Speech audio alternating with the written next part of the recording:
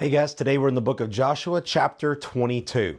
And I think this is one of the funniest stories in the book of Joshua, and it's the most applicable to today's time. Have you ever heard something and thought somebody said something, but you find out they really didn't say it? It's exactly what happens here in chapter 22. So, as the eastern tribes, right, the 2.5 tribes that live on the east side of the Jordan River, as they're traveling back, okay, that's what's going on. So all of Israel's been broken up. All the tribes, the 9.5 tribes, have their places. All of the Levites have been broken out to all the cities that they can live in, and now the 2.5 tribes, the men of the 2.5 tribes that crossed over the Jordan and were the professional fighters for all of Israel, they're going back home to their wives and their children, right? And so we see here at the time that Joshua summoned the Reubenites, the Gadites, and the half-tribe of Manasseh and said, you guys have kept your promise that you made to Moses all the way back in Numbers chapter 32. Right? Moses said they could have the east side, but they had to cross the Jordan and help Israel possess the promised land. They have kept their promise. They fulfilled that. And now Joshua is sending them back home. But he tells them in verse 5, be very careful to observe the commandment and the law of Moses. They are far away from the tabernacle. Remember, Israel has to still worship God at the tabernacle. The tabernacle is in Shiloh. It's on the western side of the Jordan River. It is in the center of Israel. And now here is the tabernacle, but you've got these 3 tribes on the eastern side of the Jordan. And so Joshua is telling them, hey, you guys are separated. You guys aren't living in the boundary of the promised land. You are not near Shiloh. You are not near Levites. You are not near the Levitical holy cities. Be careful. Make sure you stick close to God's word. But Joshua blessed them and sent them on their way. Verse 8, he sends them away with much wealth, with spoils of war. He tells them to divide that among all the people who are on the east side. And he tells them they're departing the people of Israel at Shiloh. They're departing the tabernacle, walking eastward, and coming home. Now, here's the funny part of this chapter. It says, as they came to the region of the Jordan, when they get to the bank of the Jordan River, these 2.5 tribes, they do something. It says they build an altar of imposing size.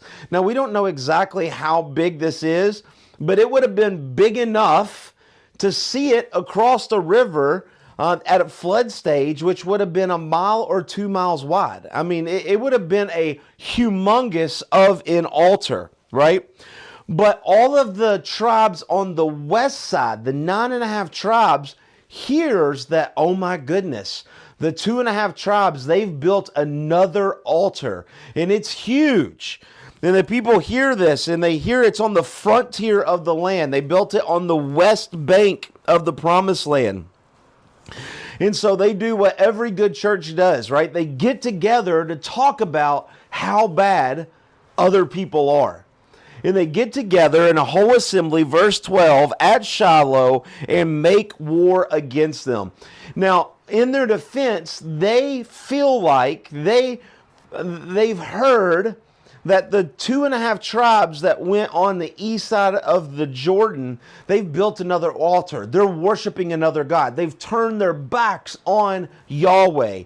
And the 9.5 tribes are thinking, no way, we're going to go over and we're going to settle this. We're either going to get them to come back to Yahweh or we're going to kill them, right? You're not going to turn your back on God. God is holy. So in their mind, okay, they had a good heart. They just did it in a bad way, okay? So they leave Shiloh, and they're heading down to the east side of the Jordan. They're heading down to the 2.5 tribes. And they say to the whole congregation of the Lord, what is this breach of faith that you have committed? How have you turned your back on God? How have you built this another altar?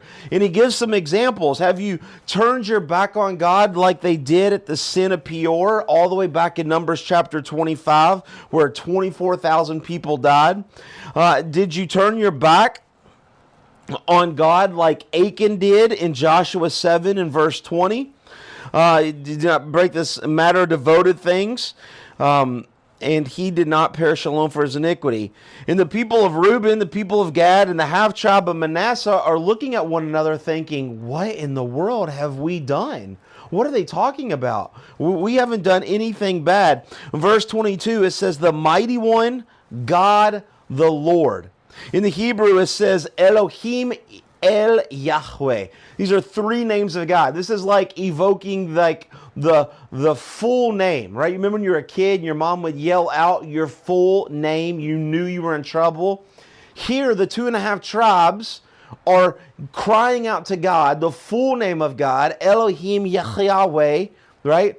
And they're saying, in front of God, we have done nothing wrong.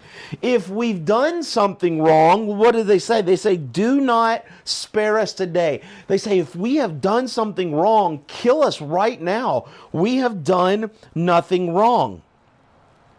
And the 9.5 tribe says, wait a minute, you've built an altar. You're going against God. And the 2.5 tribe says, whoa, wait a minute. You're talking about that big altar we built? Oh, verse 26, that altar, let us build an altar not for burning, not for burnt offerings, not for sacrifice, but to be a witness. That word witness in the Hebrew is the word evidence, to be an evidence. They built an altar to be a memorial, to be a statue, to be evidence that God is real.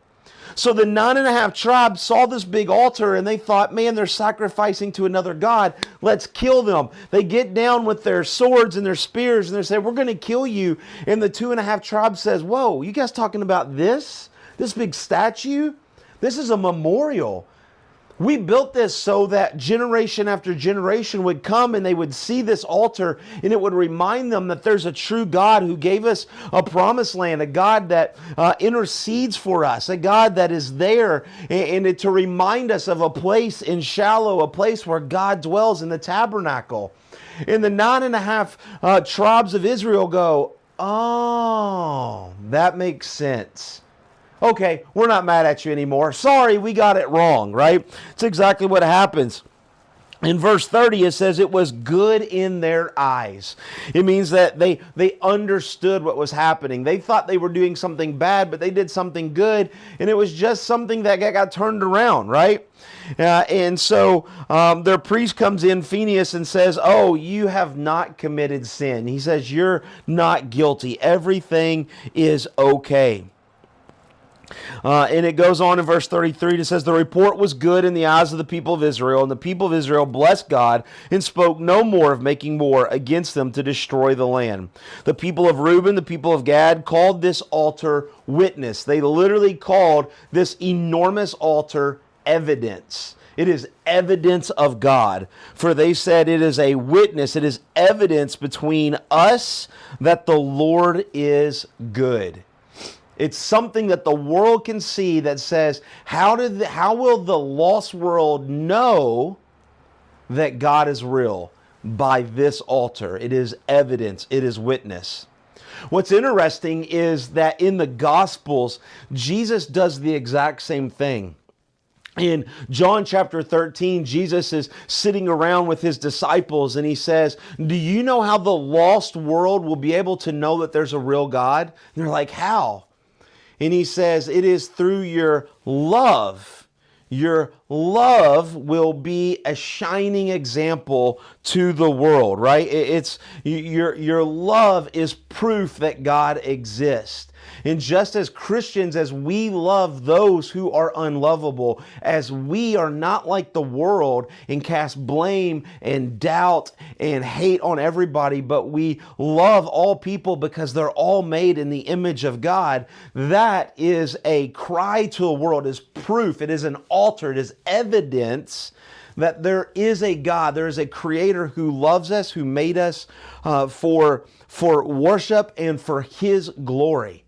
Just as Israel built this enormous altar, it is evidence to a world around them full of Canaanites and Perizzites and Girgashites and all these people who don't know God, that when they see this, they would say, oh, that's to Yahweh, that's to the real God of Israel, because that God is real. He's alive. He gave them this area.